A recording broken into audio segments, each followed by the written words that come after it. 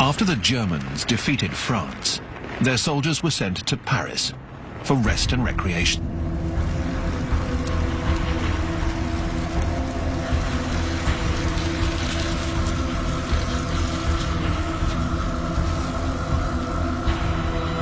One of the soldiers on leave is 19-year-old Lieutenant Auguste von Kageneck. His unit did not take part in the French campaign. He is visiting the city for the first time. He writes, "We are given very strict instructions. We must be impeccably dressed and avoid all contact with the population. We're inventing mass tourism." The French refuse to look at them.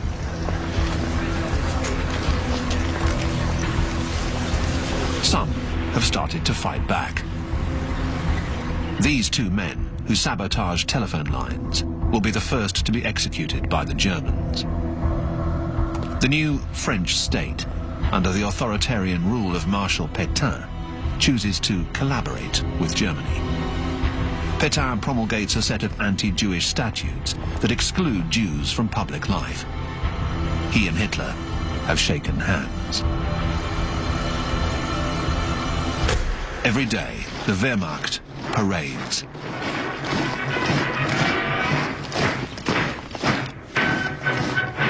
The Germans occupy the capital cities of Europe. After Prague and Warsaw, Brussels, Luxembourg, The Hague, Copenhagen and Oslo, but not London. February 1941, in the suburbs of London. Rose, who is only 3, has already lived through 2 years of war.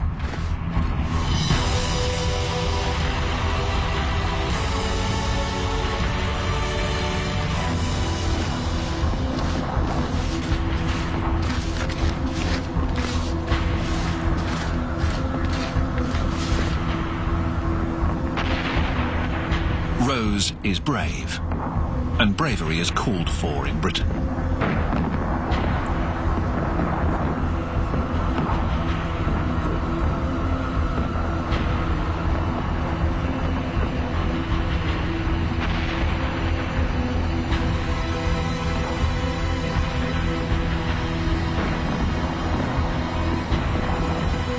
Great Britain's cities have been devastated by German bombs.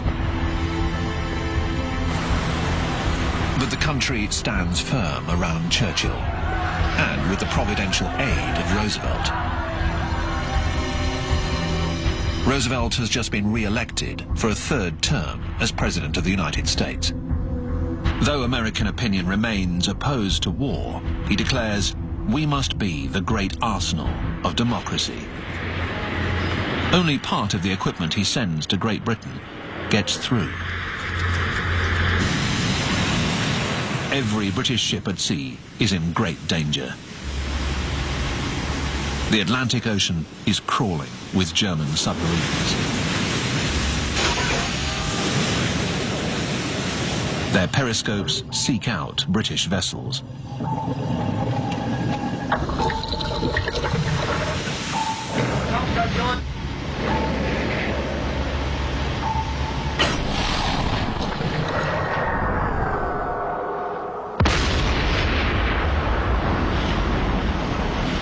Churchill is worried. Soon, nothing will get through, and the outcome of the war seems uncertain. Great Britain is an island. This is an advantage as well as a disadvantage, but it is the best hope for the countries under occupation. The German submarines, or U-boats, now have the French harbours at their disposal. Grouped into packs using torpedoes and cannons, these wolves of the Atlantic succeed in sinking 4 million tons of British shipping in 1941 alone.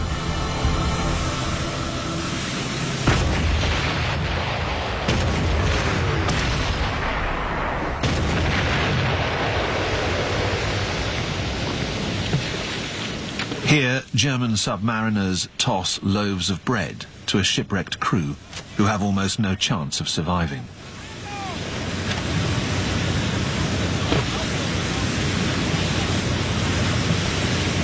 They will die of thirst, of hunger, of cold, or by choking on oil.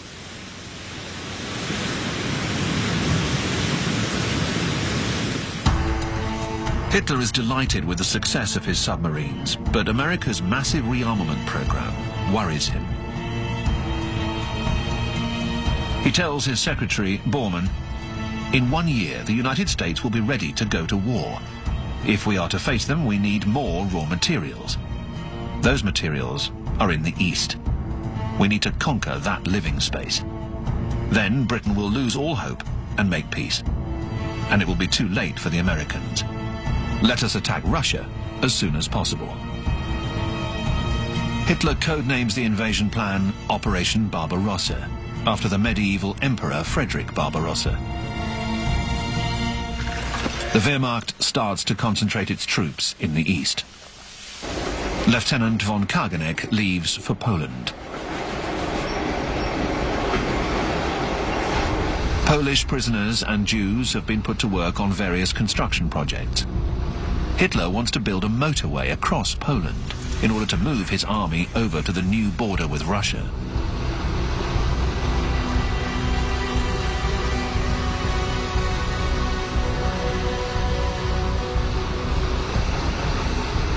This is where the 9th Panzer Division is installed, along with von Kageneck's regiment. He writes, "Next to us is an SS unit. The commander asks us, 'Do you want to see a Jew?' He makes a sign and a soldier brings over a little man. 'How many people have you stolen from today?' The man doesn't reply. 'Beat him 10 times with a stick.' We were appalled. So this is our occupation of Poland? We had heard vague stories of cruelty, but it was impossible to know what was really going on. This country had become the country of silence.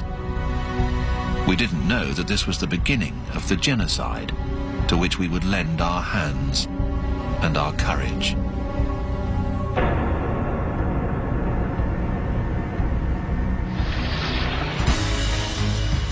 Hitler defers his plans for an offensive in the east.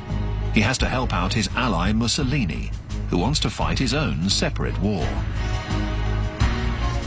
Il Duce has just been routed by the British in Africa. The Italian army is in disarray in the desert. To rescue Mussolini from disaster, Hitler dispatches one of his best generals over to Libya, General Rommel, along with his armoured division, the Afrika Korps.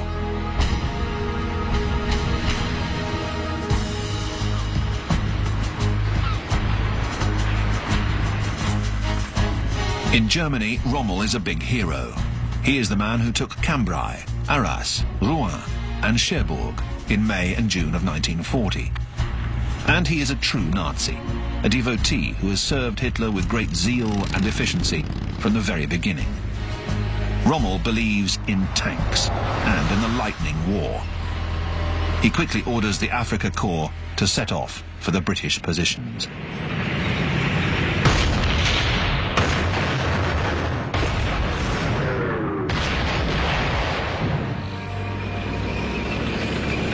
Rommel is already making a name for himself. The British circulate his picture with the description, "This man is dangerous."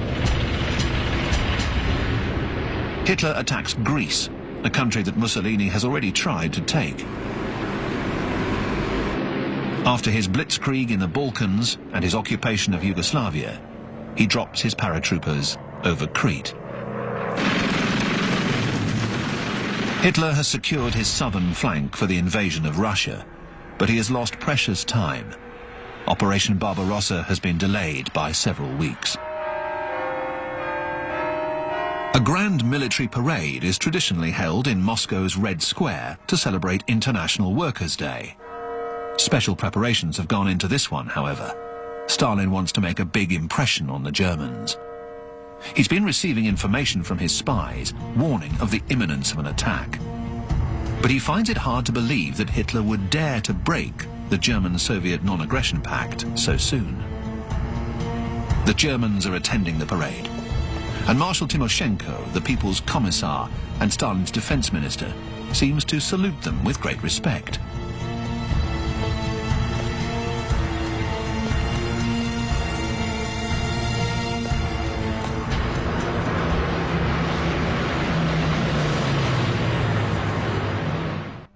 Hitler is ready to attack, but he wants to avoid fighting on two fronts. He would like to make peace with Great Britain first. In the suburbs of London, in a house that has been spared by German bombs, Rose is helping her parents, who are listening to the radio. Suddenly, an astonishing announcement comes over the BBC. That the British government isn't taking any chance. In Scotland, near Glasgow, the remains of a German plane, a Messerschmitt 110, have been found. Its pilot bailed out by parachute. He turns out to be a top-ranking Nazi, Hitler's deputy, Rudolf Hess. He says, "I have come on a mission of peace." Hess was one of Hitler's first supporters, and he is one of the most fanatical. Die Partei ist Hitler! Hitler aber ist Deutschland, wie Deutschland Hitler ist! Hitler, Sieg! Hess feels that the role he has played has not been as glorious as that of other Nazi leaders. He wants to prove to his Führer that he, Rudolf Hess, is the only person capable of finding a way out of the conflict with Great Britain. But he is immediately locked up. Churchill rejects his overtures, and Hitler disowns him. Hess will remain in prison for the rest of his life. Meanwhile, intelligence reports indicate that Hitler is planning to invade the Soviet Union. But Stalin ignores the reports, just as he ignores the last message sent by Richard Sorg, a Soviet spy based in Tokyo. The document, dated 30th of May 1941, warns of a German attack. In fact, Stalin continues to send raw materials to the Reich. Since the signing of the German-Soviet non-aggression pact, he has exported thousands of tons of oil, chrome and nickel to Germany, all of which helped Hitler to conquer France. The last trainload is sent off on the night of the 21st of June 1941. Carrying tons of wheat, this train crosses over the border at midnight. And on June the 22nd at 3 a.m., without officially declaring war, the first Wehrmacht sappers steal over onto Russian territory.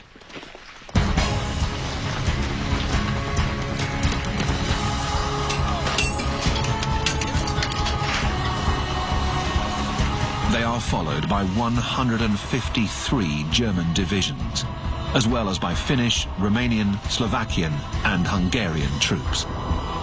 There is even a division of Spanish fascists. 3 million men, along with 600,000 trucks, many of which are made by French manufacturers such as Berlier and Renault. More than 3,000 tanks, 7,000 cannons, 3,000 aeroplanes,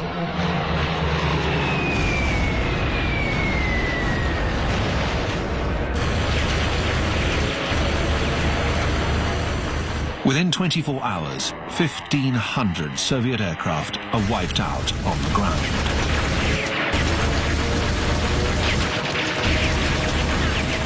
"300 more Russian planes are shot down by the Germans.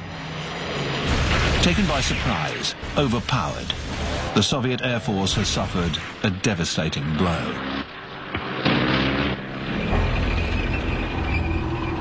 The German offensive is unleashed across 3,000 kilometers and in 3 different directions. In the north, the ideological target, Leningrad. Lenin City, the cradle of the Russian Revolution. Modern-day St. Petersburg. In the center, the political target, Moscow, Stalin's capital. In the south, the economic target, Kiev, and the Ukraine.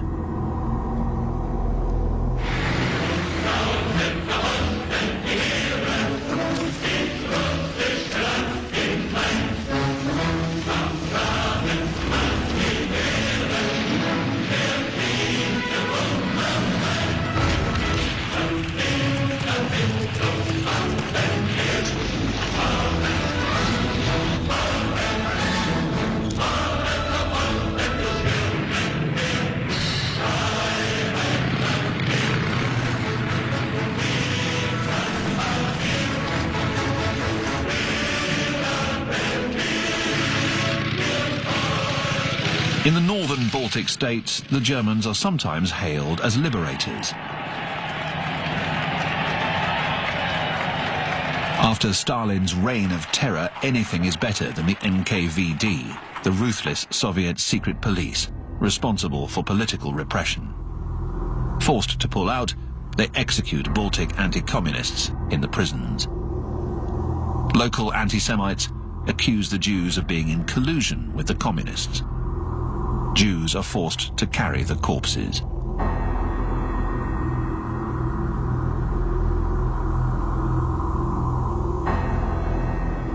Across the Baltic states, people start organizing pogroms against Jews, which the Germans encourage with special instructions like, "Do not leave any traces."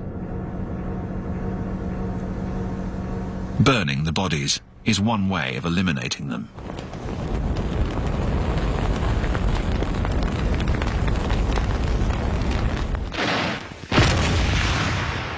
On the Central Front, General Guderian, the tank strategist and proponent of the Blitzkrieg, is held up by the Stalin Line, a series of fortifications that the Panzer Grenadiers have to take by assault. Guderian continues to advance.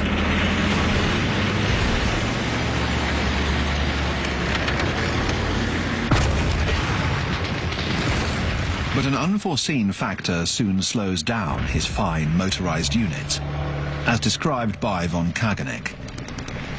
We advance in our armored cars and the dust envelops us. We're in Russia, where roads and asphalt don't exist. It's awful. The sticky yellow or red dust gets into everything, into your eyes, your nose, your mouth.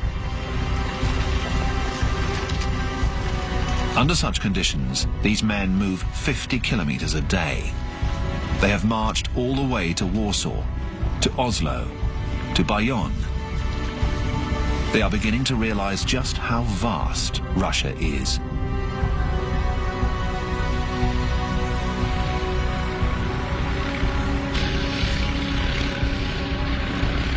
Hundreds and hundreds of kilometers go by without a single village in sight.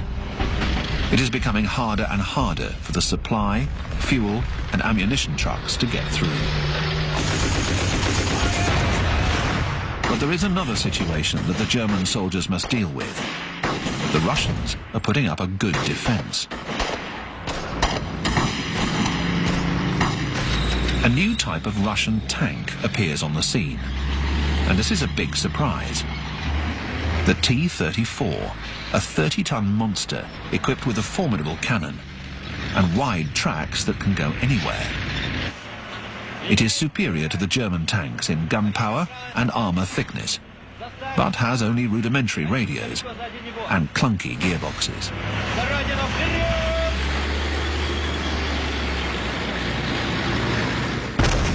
The only weapon powerful enough to neutralize it is the German 88 cannon.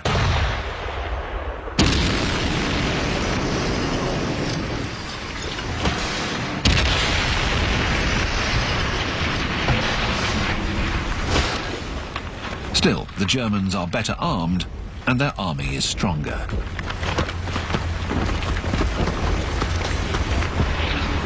But these Ivans, as they call the Russians, will fight tooth and nail until the very end. The Russians have already suffered heavy losses, but the German casualties are also rising.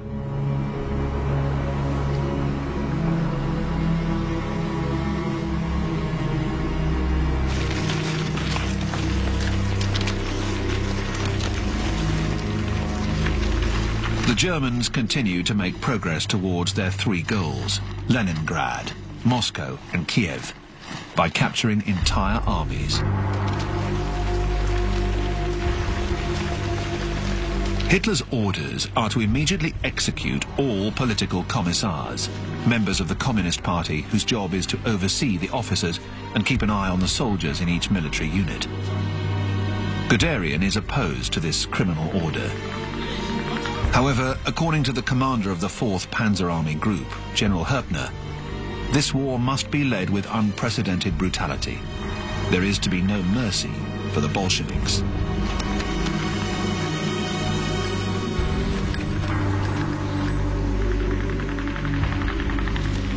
The Bolsheviks, the Russians, fight desperately, with fewer and fewer weapons, often with only one rifle for 4 men.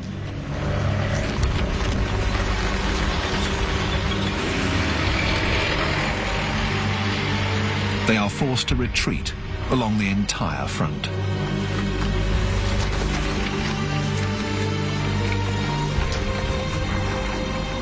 For Stalin, things are looking very bad. Товарища Сталина.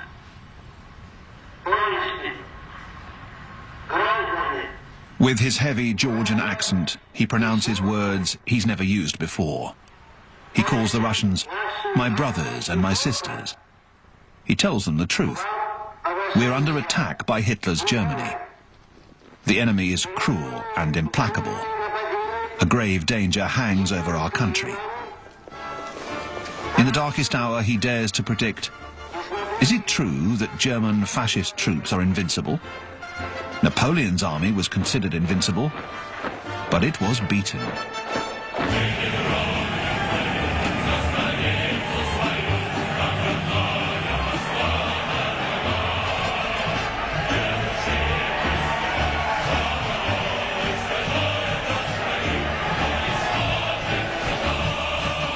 He orders the factories, along with their machines and their workers, to relocate to the east, to the Ural Mountains.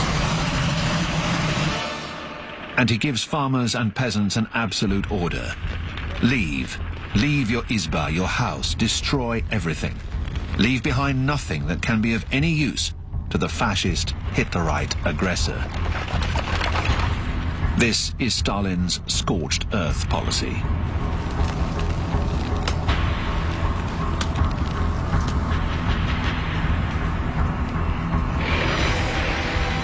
The German officers have not forgotten about Napoleon. In 1812, the Russians defeated Napoleon's Grand Army by burning their towns and fields, and then massacred the French in the Battle of Berezina. In early July 1941, the Germans also reached the Berezina River on the Central Front, and they keep going. Resistance by the Soviets is growing stronger. On the other side of the river, an unpleasant surprise awaits the Germans. The Russians have set up a new kind of artillery, a rocket launcher called Stalin's Organ, or Katyusha, because it sounds like a nest of organ pipes. A most terrifying weapon.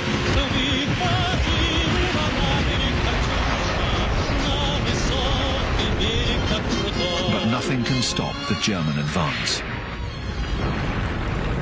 By mid-July, they have reached Smolensk, the last big city before Moscow.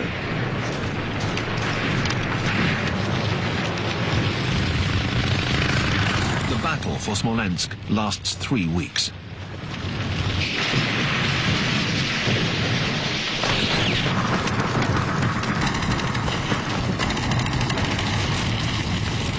The Russians fight until the very end, despite the calls for surrender coming over the German loudspeakers.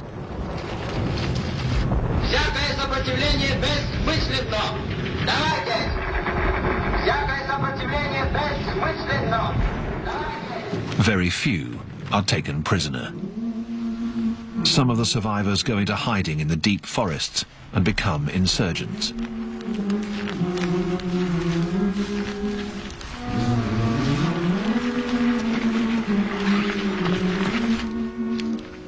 They are joined by many peasants and farmers whom they train to fight. They hunt down traitors and disrupt the enemy's communication lines.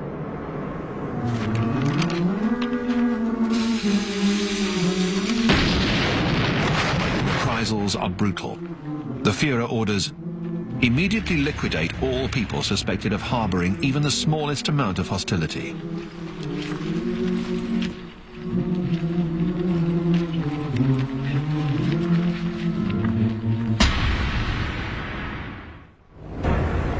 Hitler consults with the Wehrmacht's commander-in-chief, Field Marshal Keitel. Operation Barbarossa is slowing down. Some of the generals believe that Hitler's strategy of using a three-pronged attack is to blame.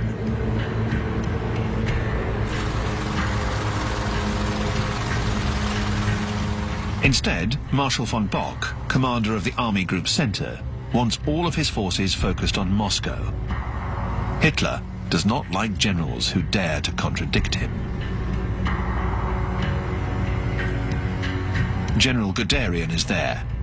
He insists, "We're only 350 kilometers away from Moscow now." "You understand nothing," says the Fuhrer. "You know nothing of wartime economics. First, we need the wheat from the Ukraine, so that they don't starve us as they did in the previous war. Moscow is nothing but a symbol. We'll take care of it later." He orders Guderian to swing south towards Kiev in order to close the pincer around the Russian armies still operating in pockets to the rear of the Wehrmacht.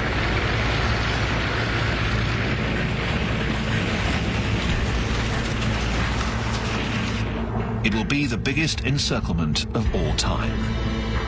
The Germans capture 600,000 Russian soldiers in one fell swoop. Himmler comes through on a visit. No provisions have been made to feed the prisoners. With supreme indifference, Himmler contemplates those he calls the Untermensch, or subhumans. He will coldly let them starve to death.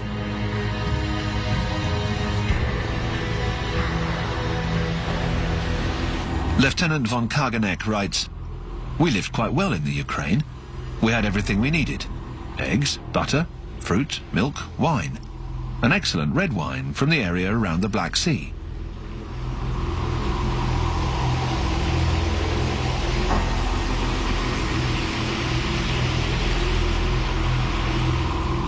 He goes on, "The Ukrainians would come up to us, smiling, filled with joy. The women would bring us bread and honey. They saw us as their liberators."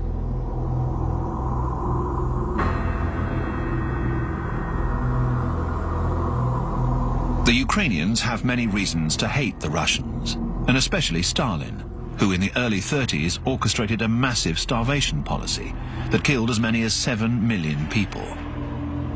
Many Ukrainians, some anti-Semitic, also incriminate the Jews and carry out pogroms, such as here in Zolochiv, while the Germans look on. In fact, many Ukrainians side with the Nazis. But Germany will spoil this opportunity to gain an ally. Marshal Goering, the second highest-ranking figure in the Reich, comes to the Ukraine. He says, "No useless mouths to feed. Those who can work will work for the Reich. The rest will die. Those who work will give everything they have until they themselves die."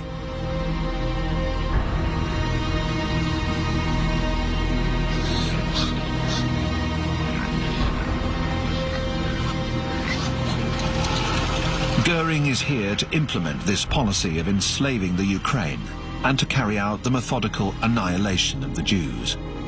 He's accompanied by Alfred Rosenberg, a central theoretician of Nazi racism.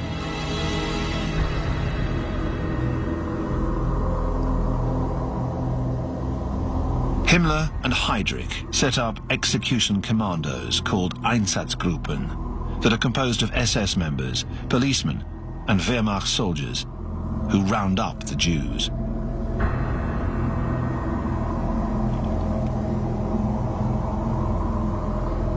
The SS take the Jews into the woods and give them shovels so that they can dig their own graves.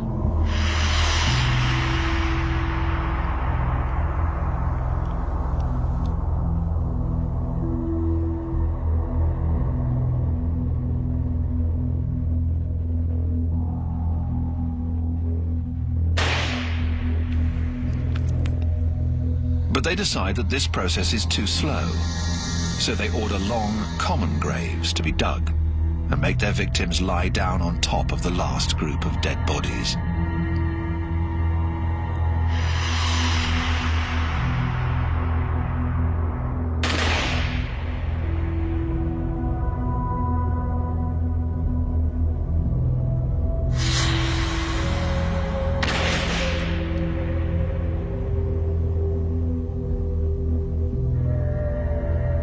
But even this procedure takes too long.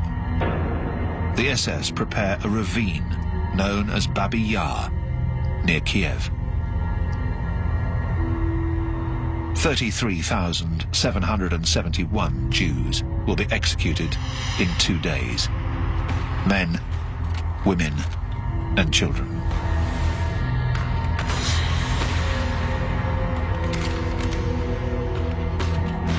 In this living hell, as in hundreds of others throughout the front, the executioners take pictures of their victims. This premeditated, cold-blooded massacre of 1 million Jews will come to be known as the Holocaust by bullets. But Himmler is not pleased. He has attended one of the Einsatzgruppen's so-called actions. Noticing the psychological burden that these mass killings have on his soldiers, he begins searching for alternative methods. This would lead to the use of the gas vans with exhaust pipes hooked up to their rear compartments. And a year later, the gas chambers. In the north, the long siege of Leningrad begins.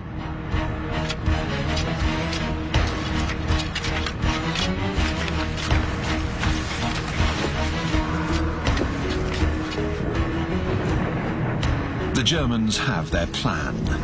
Instead of fighting in the streets, we'll let our artillery and starvation do the job.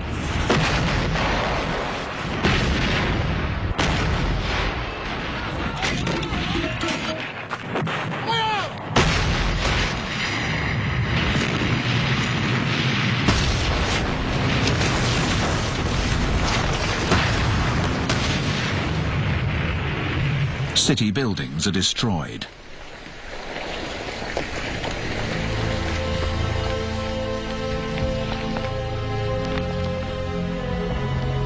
A zoo elephant is the victim of an air raid. Food rations soon fall below the minimum necessary. But the worst is to come with the arrival of winter.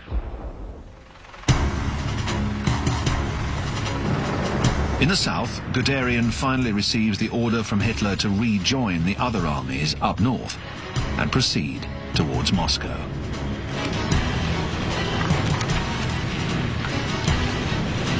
Along this enormous front, from Leningrad to Odessa, the thrust towards Moscow seems unstoppable.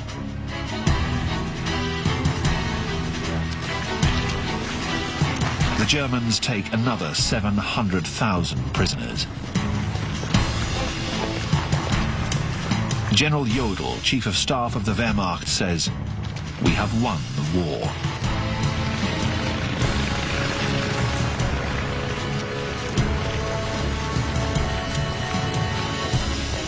Von Kageneck writes, "We suddenly had to deal with the most frightful adversary, the autumn rain and mud, which the Russians call Rasputitsa. Endless mud, so gluey and sticky that it sucks and holds onto everything.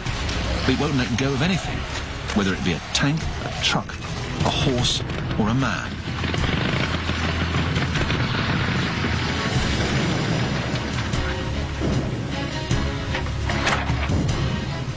It makes any movement impossible. We do 5 to 8 kilometers a day instead of 30. Putting one foot in front of the other requires superhuman effort. The panzers, the pride of the Wehrmacht, are brought to a standstill.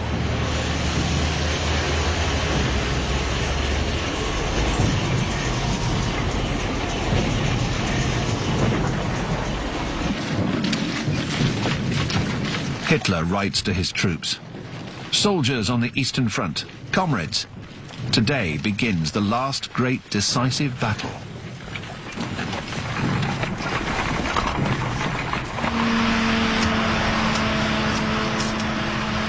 And all at once, the German army starts moving again towards Moscow, because the frost has come and hardened the ground. The world is holding its breath. Will Hitler defeat Stalin?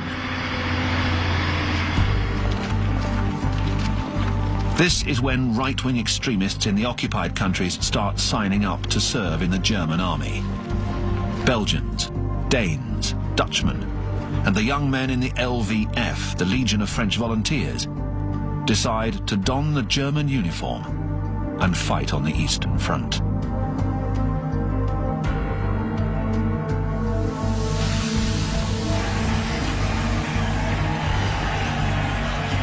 They will suffer.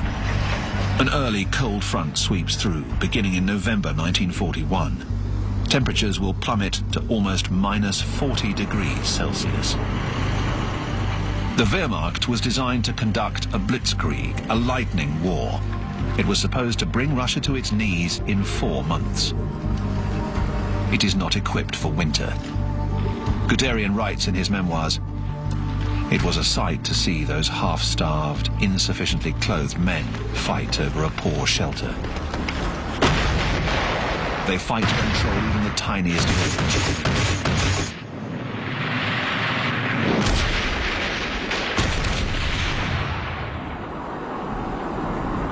Losing a village, losing even a single isba, means death.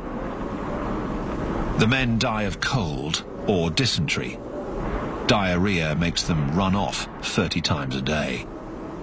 Dr. Happ, the Wehrmacht's physician, warns them, "You have to choose. If you pull down your trousers, you'll freeze to death. You must take apart the seam in the back, so you won't have to pull them down." In sharp contrast, the men in the Afrika Korps in the desert are able to fry eggs on the top of the sizzling surfaces of their tanks, while listening to the war song Lili Marleen.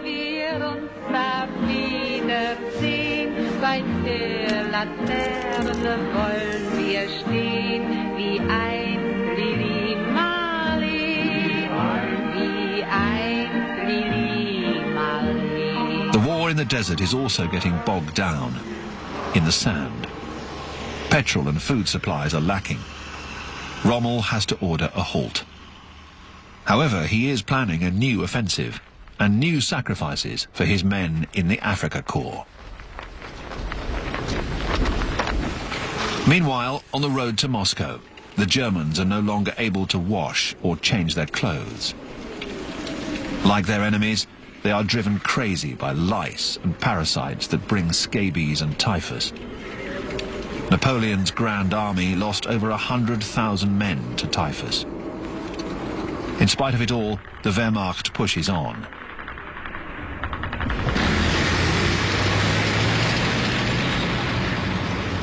The German vanguard reaches the outskirts of Moscow, and even the end of the bus line that goes straight to Red Square. While the Soviet army holds back the advancing German troops, Stalin orders the parade commemorating the anniversary of the revolution to be held as usual.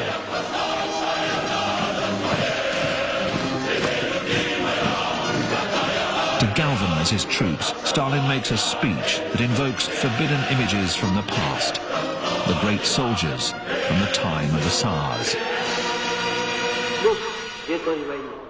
Be worthy of your glorious ancestors, Alexander Nevsky, Dmitry Pozharsky, Alexander Suvorov, and Mikhail Kutuzov. Stalin has organized Moscow's defense in conjunction with one of his most brilliant generals, a tank specialist considered to be the Russian equivalent of Guderian, 45-year-old General Zhukov. Luck is on Zhukov's side. Sorg, the Soviet spy, has discovered that Japan, though it is Hitler's ally, has decided not to attack Russia because its primary enemy is the United States. This enables Zhukov to reduce the number of troops in the Far East. He brings over several of the Siberian divisions. They are well equipped. Siberians are not afraid of the cold. They are rugged outdoorsmen who are used to using their wits. They have brought their skis and their reindeer with them. And now they are going hunting for Germans. Zhukov wants to trap the Wehrmacht in a pincer movement.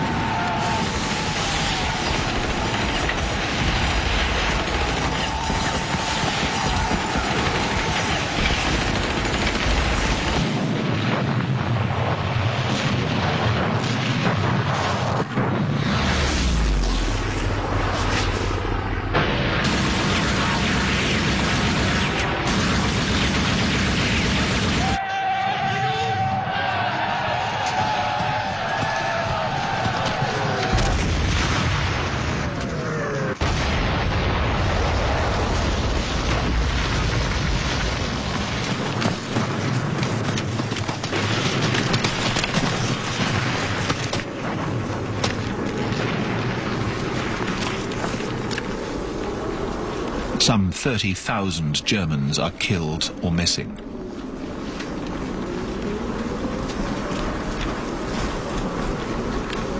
Thousands are sent off to Siberia. Their struggle with the cold is far from over. Less than 1 in 3 will return home, almost 15 years later.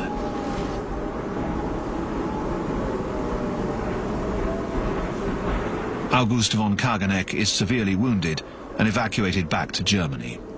He writes, "Faith disappears, doubt becomes obsessive. Death becomes your best friend, man's only friend, because it will deliver you from your suffering." The suffering of the Russians is not over either. Their country has been ravaged. Moscow has been saved, but millions of people have been killed or taken prisoner. And the danger is still there.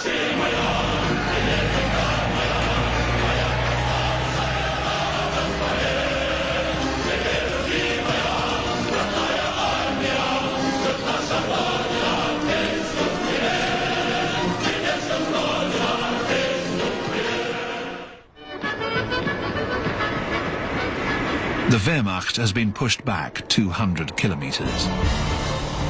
Hitler orders his army to defend that new line at all costs. He dismisses 35 generals, including Guderian, and takes personal charge of the Wehrmacht.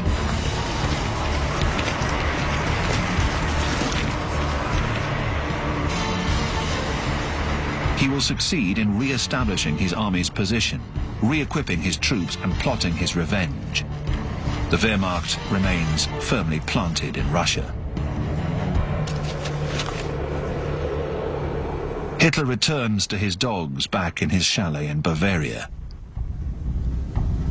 In his opinion, the defeat before Moscow was the fault of his generals and his diplomats. Weren't they the ones who had claimed that France and Britain wouldn't go to war for Poland? And of the Abwehr, the German intelligence service, that misinformed him about the state of the Russian army. Hitler adds, "The Bolshevik army is made up of peasants who fight with barbarian unconsciousness and workers trained by the fanatical mysticism of communism." But Hitler believes in his lucky star. He will prevail. He can enjoy himself in the company of his sycophants. Here, Bormann's mistress introduces him to a German movie star, the actress Magda Schneider.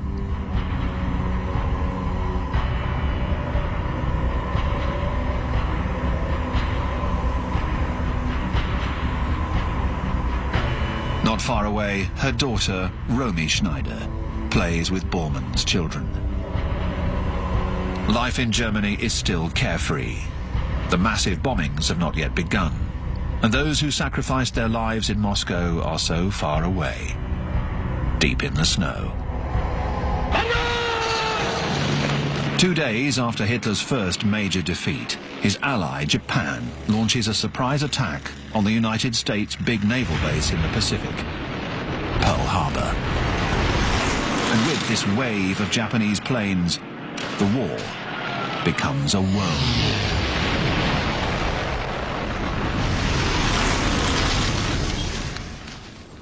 In London, Rose dances. She is already dreaming of Christmas. She hears her parents say, "Now the Americans will fight on our side. The Russians are on our side. We British are no longer alone in this anymore."